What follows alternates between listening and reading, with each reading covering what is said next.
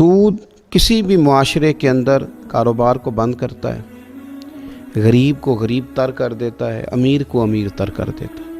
ये एक तो ये कि बहुत ज़्यादा कारोबारी मुआशरती नुकसान करता है, दूसरा ये कि बहुत बड़ी नहूसत पैदा करता है। कुरान मजीद अहादीस मुबारका का मुताला करने के बाद यूँ महसूस होता है कि शिर्क के बाद शायद इतनी मजम्मत किसी और गुनाह की नहीं की गई जितनी सूद की गई। इतने सख्त अहकामात शायद किसी और गुनाह के लिए बयान नहीं किए गए जितने सूद के लिए किए गए।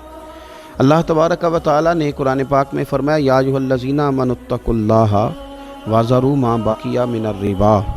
ऐ ईमान वालो, अल्लाह से डरो, वज़रू मा बकिया मिनर रिबा, और जो पीछे रह गया है सूद वो छोड़ दो, सूद को छोड़ दो। माँ बाकिया मिनर रिबा का माना सूद को तर्क कर दो, जो बाकी रह गया है, पीछे जो कुछ हो गया है उसको तुम छोड़ दो। इन कुंतुम मोमिनीन, अगर तुम मोमिन हो, फ़इल्लम तफ़अलू, और अगर तुम ऐसा ना करो, फ़अज़नू बिहर्बिम मिनल्लाहि व रसूली, तो फिर अल्लाह और उसके रसूल से जंग करने का यकीन कर लो। अगर तुम सूद नहीं छोड़ते फिर तुम्हारी लड़ाई होगी अल्लाह रसूल के साथ। कितना सख्त हुक्म है। क्या कोई रब रसूल से लड़ाई कर सकता है? इतनी ताकत को शख्स अपने अंदर पाता है कि अल्लाह रसूल से लड़ाई करे? इतना सख्त हुक्म बयान किया गया सूद को लेकर। और मेरे नबी पाक सल्लल्लाहु ताला अलैहि वसल्लम ने जब सूद की बात इरशाद फरमाई तो नबी पाक सल्लल्लाहु ताला अलैहि वसल्लम इरशाद फरमाने लगे, सूद में 73 किस्म का वबाल है, 73 किस्म का गुनाह है सूद के अंदर, और सबसे कम दर्जे का गुनाह माँ के साथ जिना करना है। इतना ज़्यादा हुजूर सल्लल्लाहु अलैहि वसल्लम ने इसे नापसंद किया, इतना ताफुन वाला काम करार दिया। सूद है क्या? सूद है जिन्स का जिन्स के साथ तबादला करना।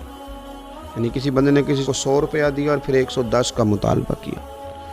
किसी ने किसी को 40 किलो चावल दिए और 41 किलो का मुतालबा किया। किसी ने किसी को 1 बोरी गंदम की दी और 1.5 बोरी गंदम का मुतालबा किया। ये सूद है। कोई एक चीज़ दे के उसी जिन्स की चीज़ को ज़्यादा वसूल करना, ये सूद है। लेकिन कोई एक जिन्स दे के उससे जिन्स का तब्दील करना, ये तो कारोबार है। लोग पैसे देते हैं तो फलां चीज़ खरीदते हैं, ये तिजारत है। लेकिन एक ही जिन्स पर उस जिन्स को बढ़ा के लेना, ये सूद है। इस्लाम ने सख्त नापसंद किया। अहले अरब के अंदर ये काम बड़ी तेज़ी के साथ होता था। फिर क्या होता है कि अमीर लोग कारोबार क्यों लगाएंगे, कारखाना क्यों लगाएंगे? वो तो आराम से पैसा उनकी जेब में है, वो गरीबों को देंगे और पैसे से पैसा वसूल करेंगे। सूद की वजह से कारोबार ख़त्म हो जाएंगे अगर सूद को आम कर दिया जाएगा। उससे अमीर आदमी फिर अमीर तर होगा, गरीब गरीब तर हो जाएगा। जब सूद ख़त्म किया जाएगा, कारोबार को अहमियत दी जाएगी, तो फिर ये होगा कि कारखाना लगेगा, तिजारत बनेगी, लोगों को रोज़गार मिलेगा और नई से नई चीज़ें सोसाइटी में तैयार होंगी, कारखाने लगाए जाएंगे, बड़ी आला किस्म की चीज़ें लोग उसको तैयार करके मार्केट के अंदर ले जाएंगे। एक शहर दूसरे शहर को, एक मुल्क दूसरे मुल्क को वो चीज़ें फ़रोख्त करेगा, तिजारत बढ़ेगी, फ़रोग होगा, मईशत के अंदर बहुत अच्छे असरात मुरतब होंगे। सूद को सख्त नापसंद कर दिया गया, सूद से बचने का हुक्म दिया गया। बल्कि नबी पाक सल्लल्लाहु अलैहि वसल्लम ने तो यहाँ तक फरमाया, एक हलाल है, एक हराम है, एक में शुबा है। ऐ मेरे गुलामों, तुमने शक और शुबे वाली चीज़ से भी अपने आप को बचा के रखना, उससे भी तुमने बचना है। सूद से सख्त नापसंदीदगी मेरे नबी पाक सल्लल्लाहु ताला अलैहि वसल्लम ने बयान फरमाई। और हुजूर अलैहिस्सलातु वस्सलाम ने इरशाद फरमाया कि सूद लेने वाला, सूद देने वाला, सूदी मामला करने वाला, लेन देन करने वाला, उसमें किसी किस्म की शराकत दारी करने वाला, इस मामले में किसी भी किस्म का दखल देने वाला, ये सब वो लोग हैं जिन पर अल्लाह लानत फरमाता है। ये मलऊन लोग हैं। आप याद रखें, जिस घर में सूद आता है तबाही आती है, जिस फैक्ट्री में सूद आता है वहाँ तबाही आती है, जिस कारोबार में सूद आता है वहाँ तबाही आती है। लोग कहते हैं यार इतना पैसा है, पता नहीं चलता कहाँ गया है, इतना सारा रुपया है लेकिन उसमें बरकत ही नहीं है। भाई बरकत कैसे आएगी? उस रुपए में हराम शामिल है, हराम। दूध की भरी हुई बाल्टी के अंदर और भरे हुए बर्तन के अंदर अगर एक कतरा शराब का गिर जाए और एक कतरा पेशाब का गिर जाए तो तबाह कर देता है वो सारी चीज़ों। تو آپ کے کروڑوں کے کاروبار کے اندر جب آپ چند لاکھ بھی سود شامل کر لیتے ہیں تو میلا کر دیتا ہے سارے کاروبار، تباہی اتر جاتی ہے۔ سود سے بچیں۔ حضور صلی اللہ علیہ وسلم نے فرمایا تھا آخری زمانے کے اندر جو لوگ سود نہیں لیں گے انہیں سود کا گرد ضرور پہنچے گا، انہیں غبار ضرور سود کی پہنچے گی اگر وہ سود نہیں لیں گے تو۔ اتنا عام کر دیا جائے گا۔ آج پوری کے پورے ملک کھڑے ہیں سود پر، پوری کی پوری سوسائٹی کو ترتیب دیا جا رہا ہے۔ معاذ اللہ، اپنے آپ کو بچائیں، انفرادی طور پر بھی بچائیں، اجتماعی طور پر بھی بچائیں۔ یہ بڑا خطرناک گناہ ہے، یہ تباہ کر کے رکھ دے گا، اس قدر زیادہ تباہی کے دانے پہ لا کے کھڑا کر دے گا۔ میں نے کہا کہ رب فرماتا ہے فَاذَنُوا بِحَرْبٍ مِّنَ اللَّهِ وَرَسُولِهِ، اگر سود نہیں چھوڑنا تو اللہ رسول سے لڑائی کا یقین کر لو۔ اللہ رسول کی تو خالی نظر ہی پھر جائے تو ہم تباہ ہو جائیں گے، اور ہماری یہ جرت کہ ہم جنگ کر سکیں، لڑائی کر سکیں، اتنی بڑی بات۔ اپنے آپ کو بچایا جائے۔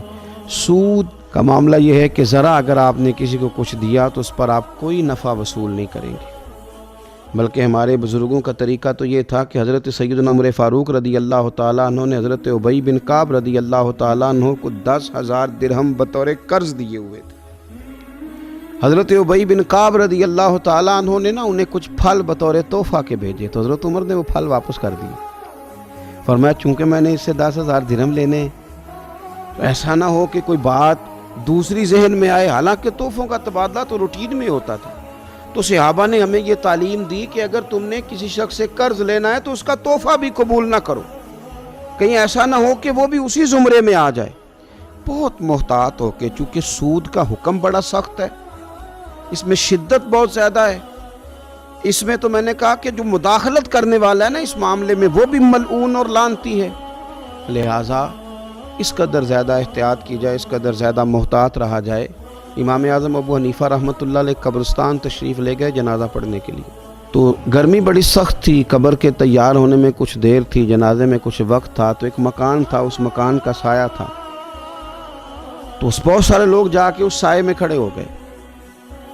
امام صاحب رحمۃ اللہ علیہ بزرگ آدمی تھے، بوڑھے آدمی تھے، سائے کی ضرورت بھی زیادہ تھی، دھوپ بڑی چلچلاتی لوگوں کو تکلیف دے رہی تھی، تو لوگوں نے کہا حضور یہاں تشریف لے آئیں سائے میں، تو امام صاحب رحمۃ اللہ علیہ فرمانے لگے نہیں میں یہیں ٹھیک ہوں۔